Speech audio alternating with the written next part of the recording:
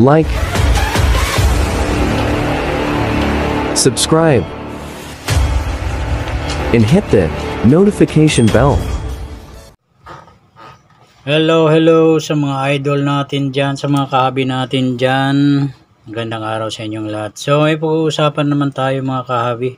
So tara, let's go mga kahabi. Ito ay patungkol sa dito tayo sa 5 peso BSP series na golden.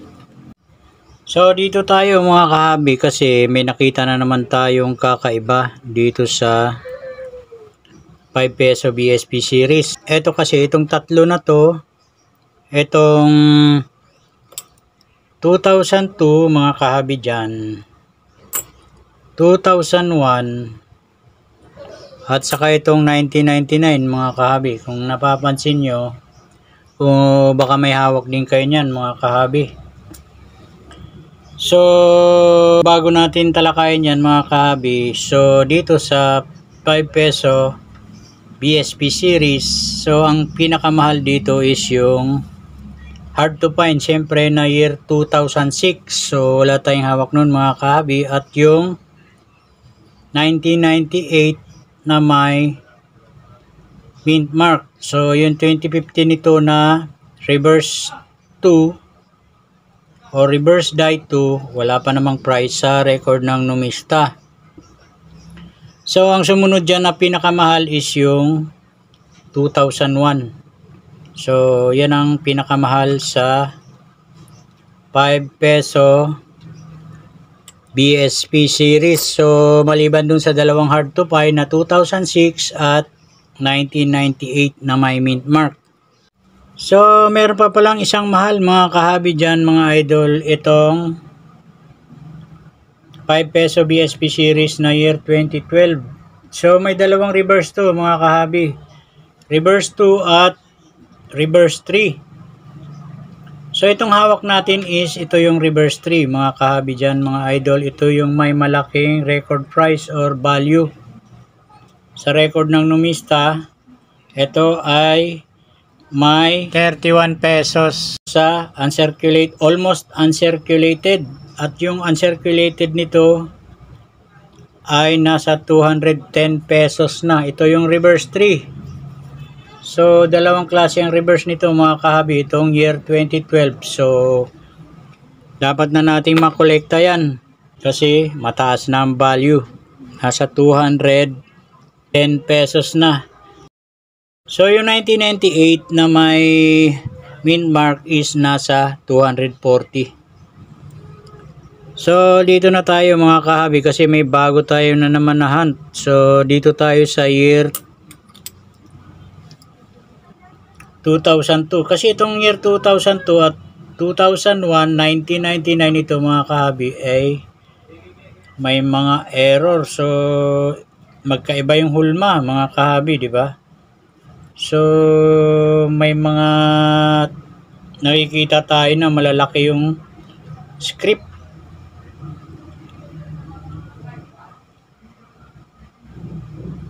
So ito yung 2000 na nalaglag pa.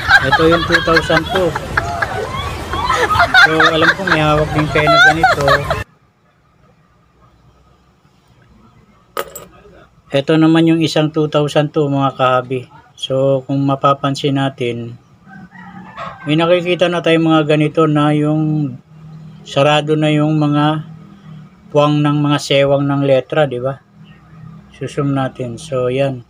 Ito yung nagiging error ng 2002. Ayan, nakikita natin mga kahabi dyan mga idol. So itong 2002 naman is di pa ganun kataas ang value. Pero pag ang hawak mo ay error na maganda, so may added value yan mga kahabi. Ito katulad nito, napakalaki ng mga script at nakasarado yung mga sewang dyan. Dapat may mga puwang yan yung mga script nya. So yan ang naging error nito.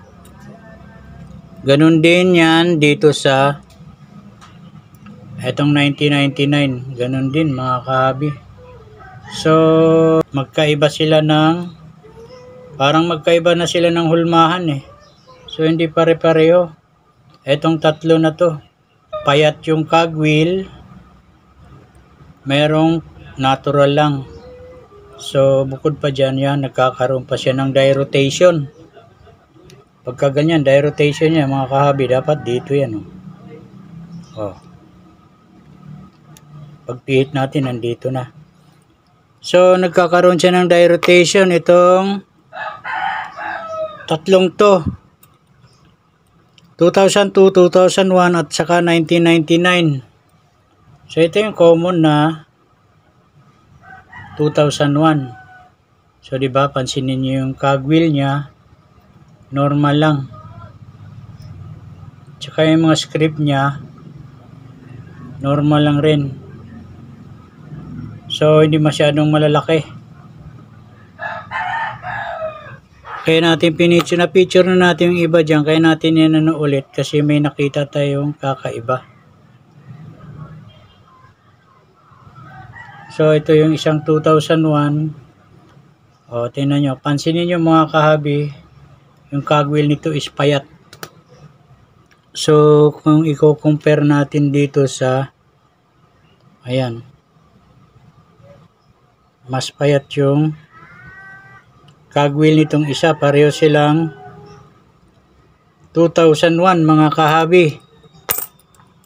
So, may single reverse lang ang 2001. Ito ay die 1 lang. Reverse 1. So, ito namang isa, ayan, ganun din. Payat yung cogwheel, error coin din to mga kahabi. Ayan o. May added or extra metal siya dyan. Sana may ganito rin kayo. So, ito ang nagiging error niyan. Sa 2001 na to. So, itong panghuli mga kahabi dyan mga idol. Huli lang natin to na hunt 2001 pa rin na reverse die 1. Ayan mga kahabi yung reverse. So dito, ito yung sinasabi natin na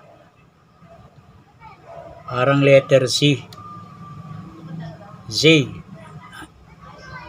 Error pa rin siya. So sa reverse pa lang mga kahabi, error na siya. Yan, sa halip na may sewang yan dyan, di ba? So, dikit.